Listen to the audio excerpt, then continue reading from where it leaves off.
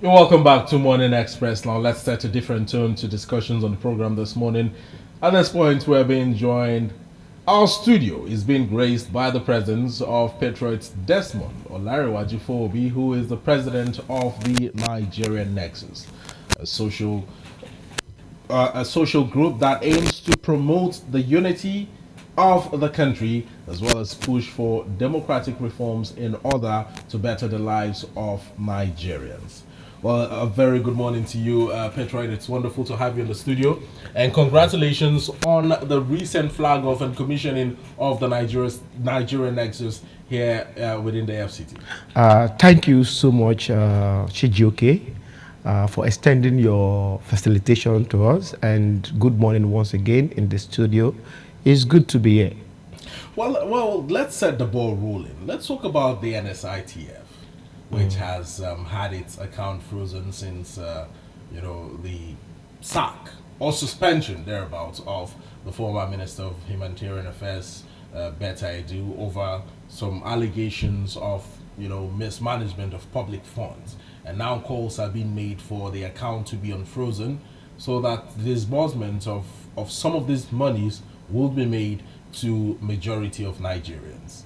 How do you react to such calls by well-meaning Nigerians at a time when the ministry already has a new minister and it appears that it is now back on track? First of all, you need to understand the reason for the accounts being frozen or suspended for being used. Yes. It borders or touches on the issue of integrity, corruption, and mismanagement of public funds. You see, NITF, Nigeria Social Investment Trust Fund, like every other organization, have been bedeviled by mismanagement. A lot of public funds have not been properly managed by the umpire, by the individuals, by the officers that are appointed, elected to man these institutions. Yes. So it is not just the NSITF, like and so many other agencies, but this is a timely call. Yes. If you look at the current reality, economic reality, if you look at what the Nigerian people, especially the downtrodden, are going through, Yeah. in the first instance, you will not even suggest to the president to suspend the account in the first In instance. the first place. Because, Due to the mismanagement of just one person. you see, you need to look beyond individuals. You have to look at the common goods that that particular institution will serve to millions of the people. Do you know, as a result of that account being frozen, do you know that a lot of people, businesses, lives have been affected, and some have even given up the ghost because of that singular action? So sometimes cutting off the head is never the remedy for headache. You need to get paracetamol or any other treatment to resolve headache. It's not by cutting off the head. So you cannot throw away the water and the baby. You know, when you're trying to maybe solve some problem, you cannot create more problems. For me, in my own view and perspective, Yes. I feel that action is rather too harsh on the Nigerian people, Yes. not the suspended minister. Yes. I do not care who is appointed or elected to manage that investment fund, but what is important and pertinent to some people like me is the common goods and the effect, the implication on lives of many Nigerians that the fund is meant to solve their daily problem. You know, that fund, that particular office tend to attend to day-to-day issues in our society. Yes. It is an investment. It is a kind of is a special arrangement that tend to look at daily issues, weekly issues, issues that affect our security, our economy, our survival. This fund is not for the wealthy. It's not for the the big guys in the society. Of course, it is for the poor and vulnerable, the poorest and the most vulnerable in our society.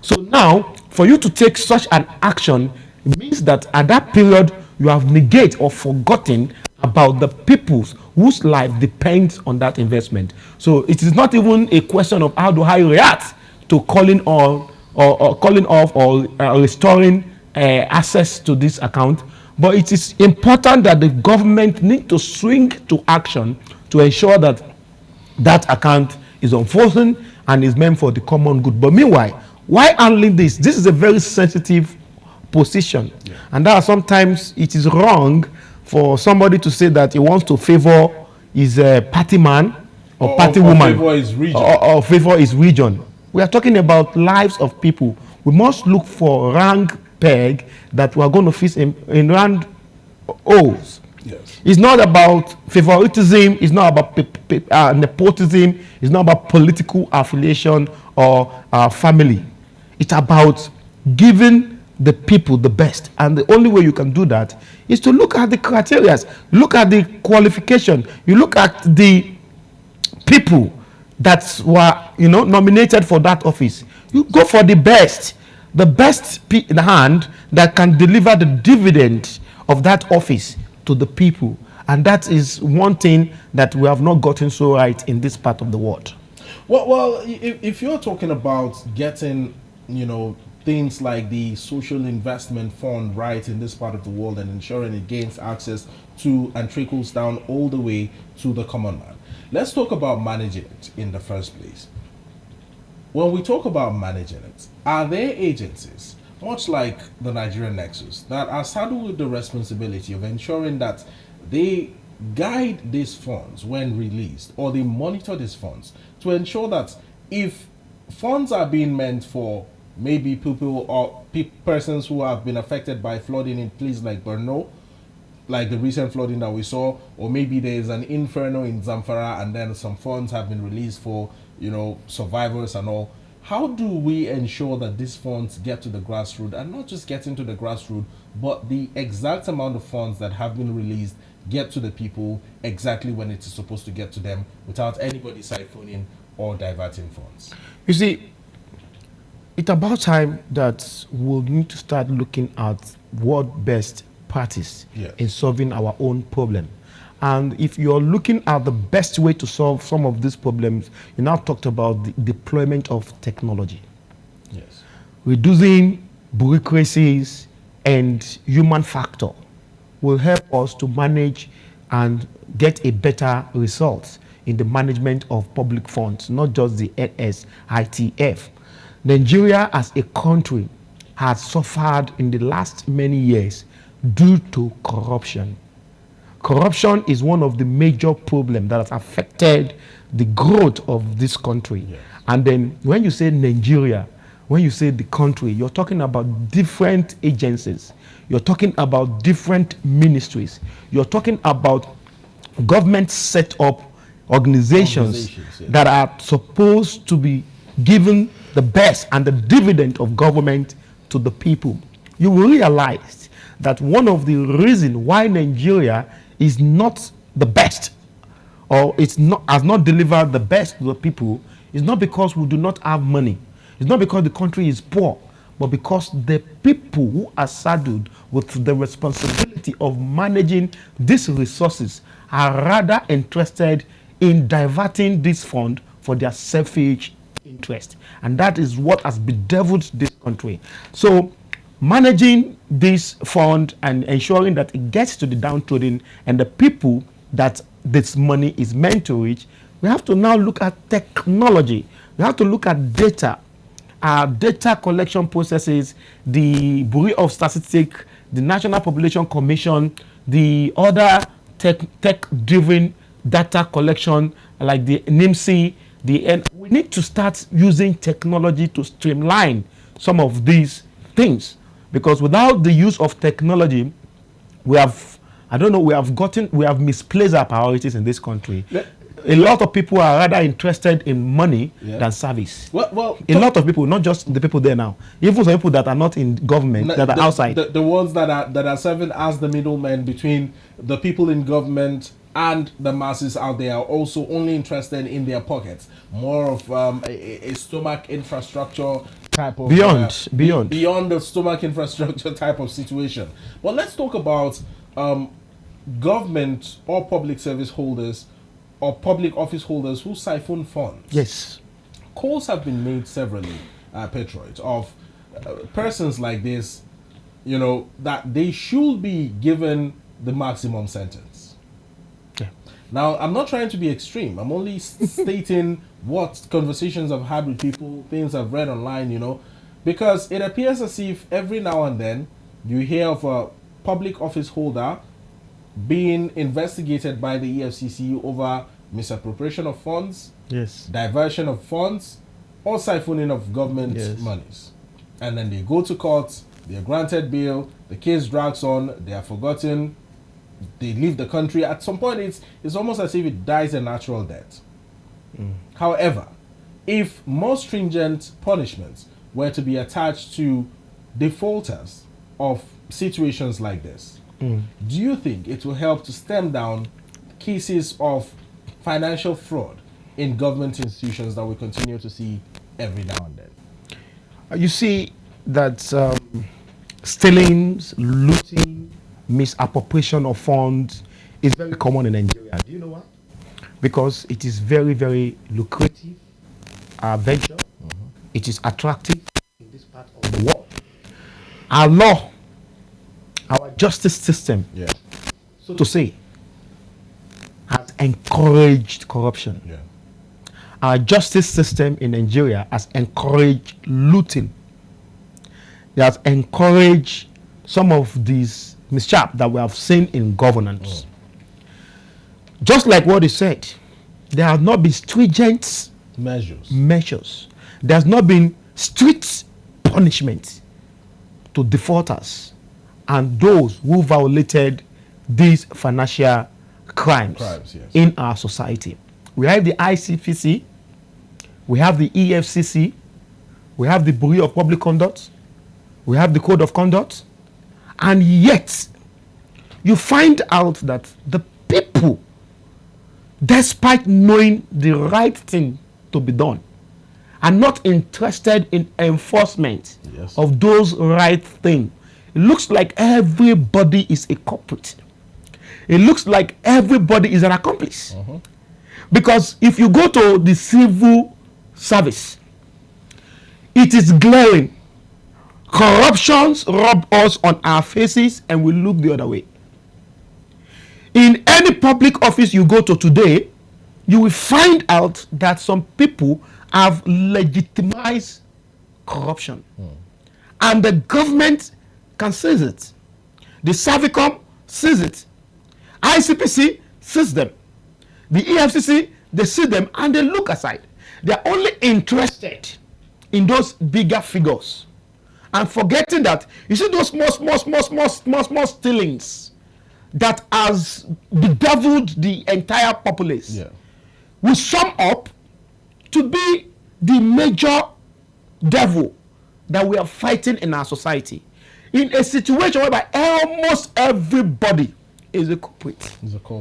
In this mismanagement of fund and also in looting, stealing, and favoritism and all that, until the justice system, until the lawmakers, because let me tell you, no matter what the body language of any president will translate to the workers, it will still not give you that expected result until there are laws, until the National Assembly has come up with legislation and acts of the parliament that forbids stealings, that forbids looting, and that put in a stringent punishment for defaulters.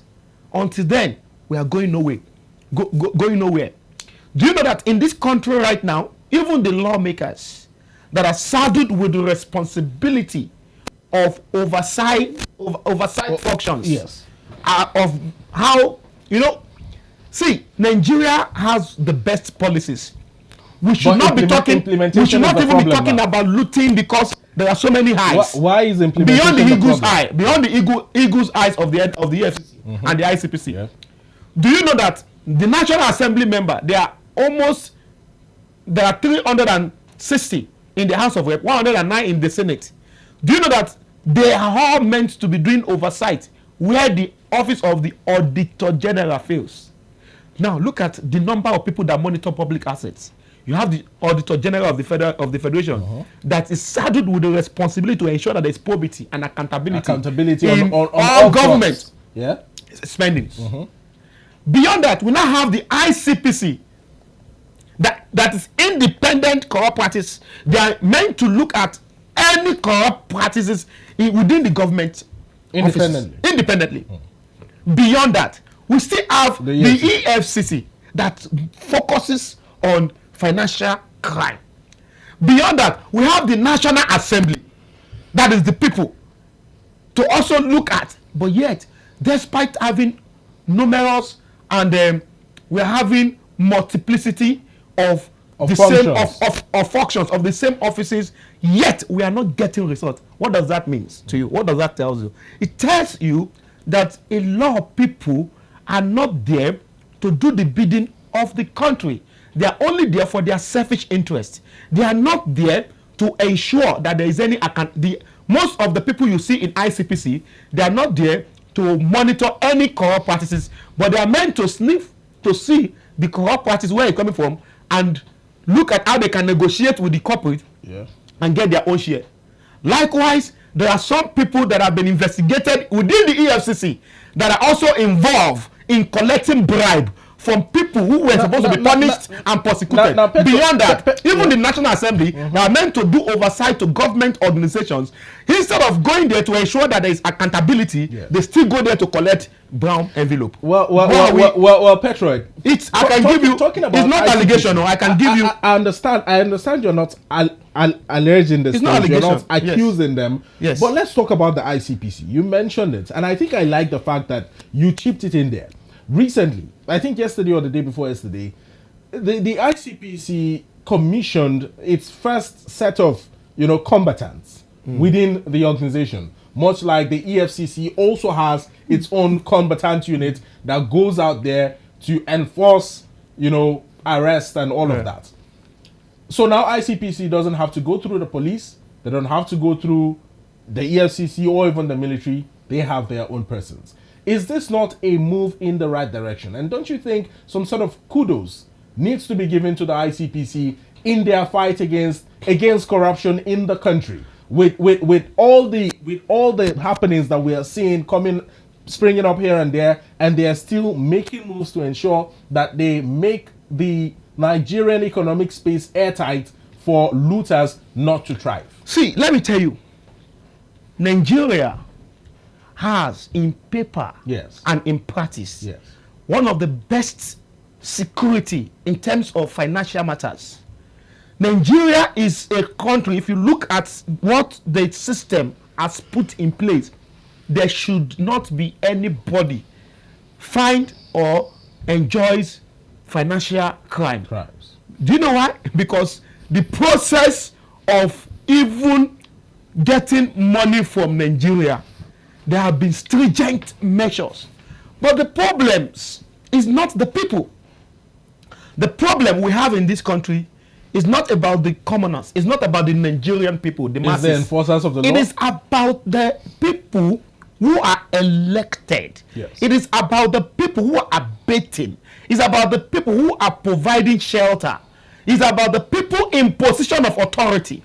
The DSS, the police, the ICPC, the EFCC, and the strong men from the Central Bank of Nigeria that are meant to ensure that these loopholes are plugged. They are the ones giving leverage, covers, buffers to these financial crimes, to the perpetrators. And it is not that the government do not know these people, but some of these people, they are working for the government. They are just working in improvisation. They are improvising for the people in position of authority. Have you traveled on our road before? Let me give you a perfect example. Okay. A military man is not allowed to collect money from motorists. Do you know what they do?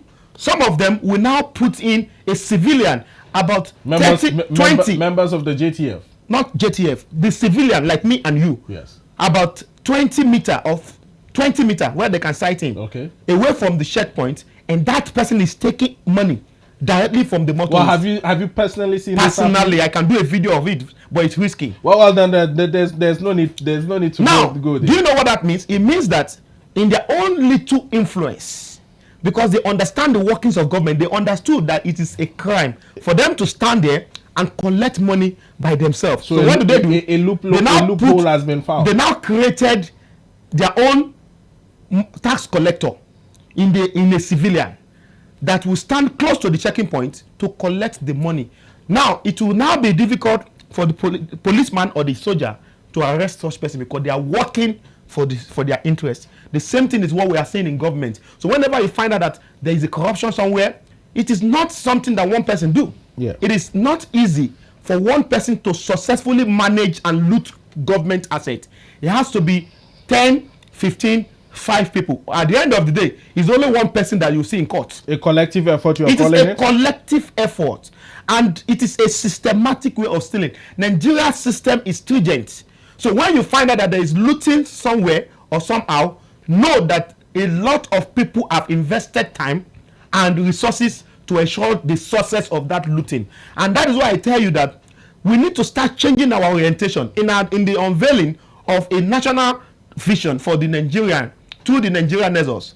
We identify that one of the major problems we have in this country is that we do not have a clear known vision for the country that the Nigerian people can rally around. Let's go back to the National Social Investment Fund. That's the NSIP.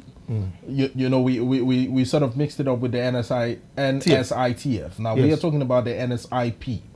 It consists of the Empower program. Yes. The Government Enterprise and Empowerment program, GEEP. Yes. As well as the Homegrown School Feeding program, HGSF.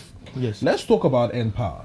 Empower has a monthly stipend of about 30,000 naira per individual. Yes. And currently, I think it has about how many Nigerians in its, well, the specific figure is not yet known.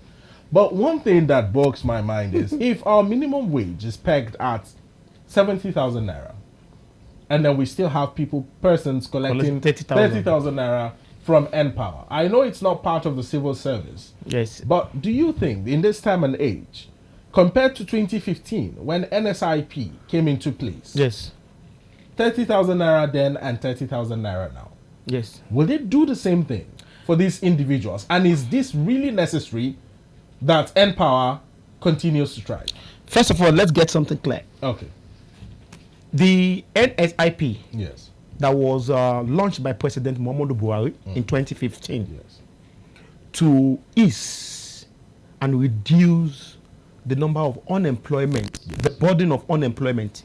It is not employment. It is to ease the burden of unemployment in the country.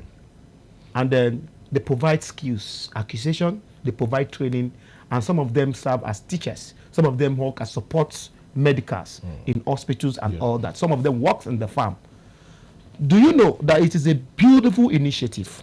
Because at that time, that 30,000 you see is about $83 as at that time, but not anymore. Yes.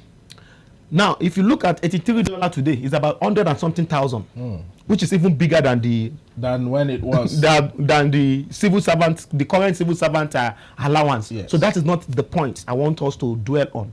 I want us to dwell on the accountability and the transparency. Do you know that even at that time in 2015, 2016, 2017, there were serious issues in this country about the mismanagement of Empower. And government, the people who were appointed could not provide clear accounts of the number of people that have been captured, the number of people that were supposed to be paid, and the number of people that they've paid at that material time. Do you know that this led to serious national issue at that time that the president had to intervene? Do you know that some people are alleged to be collecting a salary of 70,000 people, one person?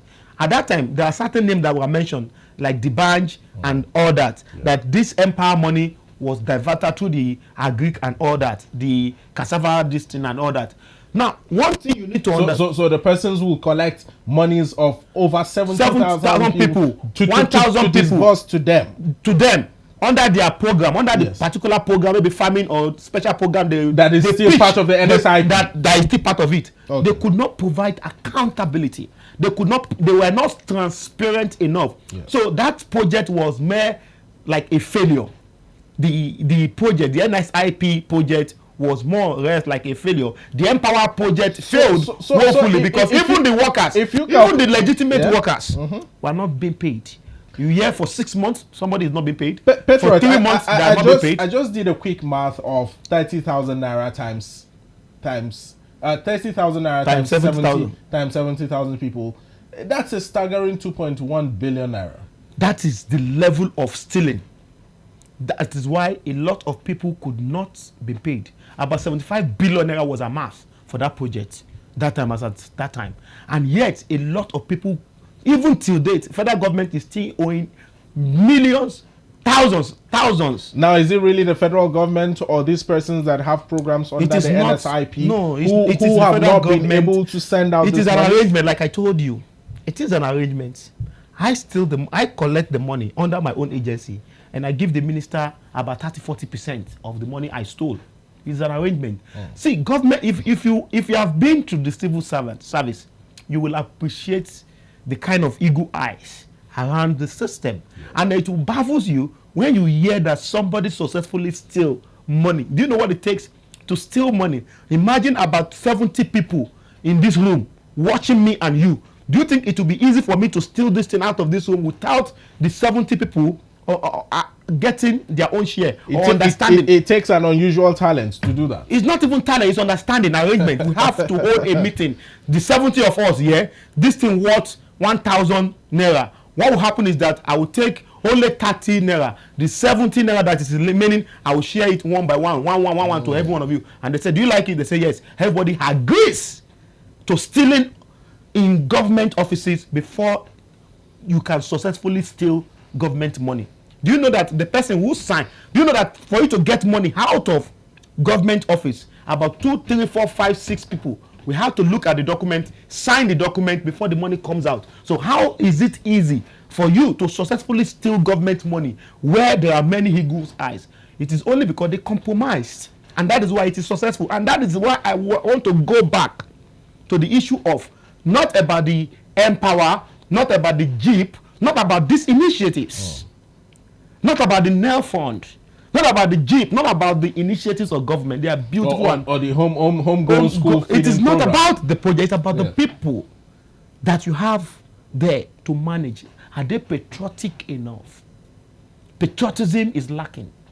A lot of Nigerians are not patriotic, and it's simply because they do not understand the implication of doing what they are doing to themselves and their family. Another concern I have, Patriot Desmond, is sustenance of this social investment programs. Yes, it can only be sustained when there is trust, because it is not, if you look at the fund, where the fund is coming from, it is not supposed to be only from the excesses from crude oil or from companies and all that. Yes. Individuals, international donors are also supposed to pump in money. Yeah. But when people see that the management of these funds are not transparent and sincere, it will be difficult for individuals to contribute to that fund. So if you want that project to be sustainable, first of all, you need to have people with integrity, absolute integrity, people with patriotism, people that is known with track record of accountability to manage such fund. And from time to time, these people require training, and in the course of the training there needs to be serious reminder of our national and collective vision for setting up those institutions in the first instance. A lot of people get carried away.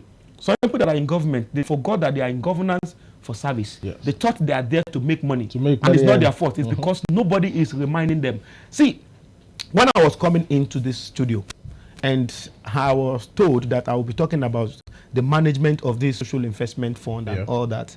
And then the next thing that comes into my mind is that I looked at our society. First of all, we have a lot of problems. We have a lot of serious problems. A lot of Nigerians are also, they need what they call value reorientation. We need to reorientate the young people, civil servants, government workers, the private sector. A lot of Nigerians have missed it. They have what they call misplaced priorities. Yeah. They do not even know why they are working. They do not even know the essence of living. They do not even know why they are Nigerian. Countries of the world have succeeded because men and women of those countries invested in their own country. Look at America. America did not just emerge to be a great country. They were sacrificed around their collective vision. Look at Singapore. Look at Malaysia. From being a poor country to now major exporter of oil, red oil and palm oil. Palm oil that they had gotten from Nigeria. From Nigeria. Look at Rwanda. Look at South Africa. You see, you find out that for every great country, you find out that there are great men and women within that country that have contributed to the success of and the prosperity of those countries. Yeah. Otherwise, country cannot just emerge to be a nation. Country cannot just be a great country. It takes people to make that country good. We are even lucky. The reason why we are lucky in this country is because God has created a lot of creators, innovators, and resilient people in Nigeria. Otherwise, the situation that we see in our system, ecosystem, has frustrated a lot of people to either leave the country or not to contribute to the success of this country. Or loot government funds. Yes, and that is it. You see, I've always said this, that solving whether social investment program, the ministries and all these NNPC, teachers, all these problems we are talking about. We need to sit at the round table, the stakeholders of this country. Yes. We need to redefine what we want for this country. We need to mobilize actions, collective actions, to ensure that a lot of Nigerians are willing to contribute to the success of Nigeria. As it is presently, there is no national vision. And majority of us do not even know why we are Nigerians. Every Nigerian have a responsibility to a Nigerian. That is the truth. I'm not saying you have to contribute to road construction or planting of transformer in your community. No, I'm only saying that the first call and duty to all Nigerians is that you will not be on the path of destruction. For your country. For your country. You be on the path of sustainability. You be on the path of adding value to that country. That is first thing. Another thing is to have the opportunity to now contribute. But first of all, even if you're not going to contribute in any ways, make sure you are not found perpetrating any evil against the country. That is the kind of psyche we need to start propagating in our society, and that will make the job easy. Let me tell you, we have a lot of talented Nigerians. We have a lot of educated Nigerians, though we still battle some level of illiteracy in the country, unemployment in the country, and other what have you. Yeah. But let me tell you, if the number of educated Nigerians today can wake up from their sleep and say, okay, I don't want to be a problem to this country anymore. Yeah. Because if you are a graduate and you have not been able to create something for yourself, you are part of the problem of Nigeria. If you are a young person in Nigeria and you're not thinking on how to add to the gross domestic product of the country, you're also part of the problem. I said this in the official unveiling of the Nigeria Nexus, that every one of us, we are created here with a special skill and talent from God. So we need to define and understand our own purpose. It is when a man understood his own purpose that he can now be moved to add impact. The essence of living is to make impact. A lot of Nigerians are not yet making impact, and that is why there's problem everywhere. Patriot, let's talk about palliatives in terms of cash palliatives that are often given out as part of this broader NSIP to people. 5,000 naira. Or we are rolling out 10,000 naira each to 200,000 people, to 1 million people. And at some point, it appears as if this is just a charade. Yes, it is. not really solving the Any problem problem. of hunger, poverty, It is even a and deep insecurity Yeah. in terms of food security Yes. now in the country. Do we see, how are we going to continue having this rollout of these funds and then see results? a serious government or a serious person, a sane person, Yes. cannot continue to do something the same way. You're not getting result for something and you kept doing it. It shows that you are insane. A sane person, when you do something this way and you did not get result, common sense, not education now, should tell you that you need to change your approach to get a different result until you eventually get that desired result you're looking for in the first instance. Yes. We are not saying that we should be perfect. There is no perfect government anywhere in the world. But there is always a perfect approach at every particular time. Yes. The solution that you apply in 2021 may be obsolete in 2024. And that is why we need to be dynamic. We need to be innovative, not even as individual, as a country, as a government. We have been giving palliative since 1993. We've been given palliative since 1993. Till date, it has not solved the social insecurity. More than 30 years after. Till date, it has not solved any problem. But do you know why you still find such palliative in government? Because it is easy way to steal or to loot government funds. Why do I say so? Or the easy. Why do I say so? carry I on. said so because one, we do not even have data. Do you know that even the current fertilizer that is being distributed by this government, today if you call on federal government to give you account on how these fertilizer are distributed, There's no they will record. only give you account of how it was shared among stakeholders. But it is not stakeholder we're talking about. We are talking about the figure of the millions of Nigerians that eventually get the fertilizer. We are talking about the process of distribution. Yes. Is it not the same fertilizer you take to APC secretariat or PDP secretariat For in the- campaigns. for campaign, and then you will now ask members of your party to come and be collecting. Meanwhile, the members of your party that you are giving this fertilizer to, they are not interested in farming. So what do they do with it? They will now take the fertilizer to the market and start selling it to the wrong people, and yet the government is still not solving problem, because the real people who need this to make their farming produce yield, to increase the yield in their farmland, will now have to buy that same thing that government has used Commonwealth fund to purchase, and it will soon affect the cost of market, because they bought, the people who use the fertilizer, they bought them. They didn't get it free. Yeah. And that is one. We are talking about serious issue here, GJK. It is issue of data collection. Data is life. Data is everything. And when I say data, I'm not talking about recharge card. I'm not talking about internet. I'm talking about number of information I about the understand. Nigerian people. Yes. Deliberately, Nigerian government have decided not to work with the collected data yet. I don't know their reason. But until But are these data has been collected? there are data. See, let me tell you. Let me tell you. Do you know that there are some places in Nigeria now that the people are not even willing to be captured? They do not trust. What is the place of the I was National Bureau of speaking. Statistics in all of this? They have- In closing, we have just 1 minute to wrap up. The Bureau of Statistics Yes. can only do what the government has given them priority or fund to do. If you go to that place now, they do some enumerations, do one or two countings, but do you know what? It is sponsored by international organizations.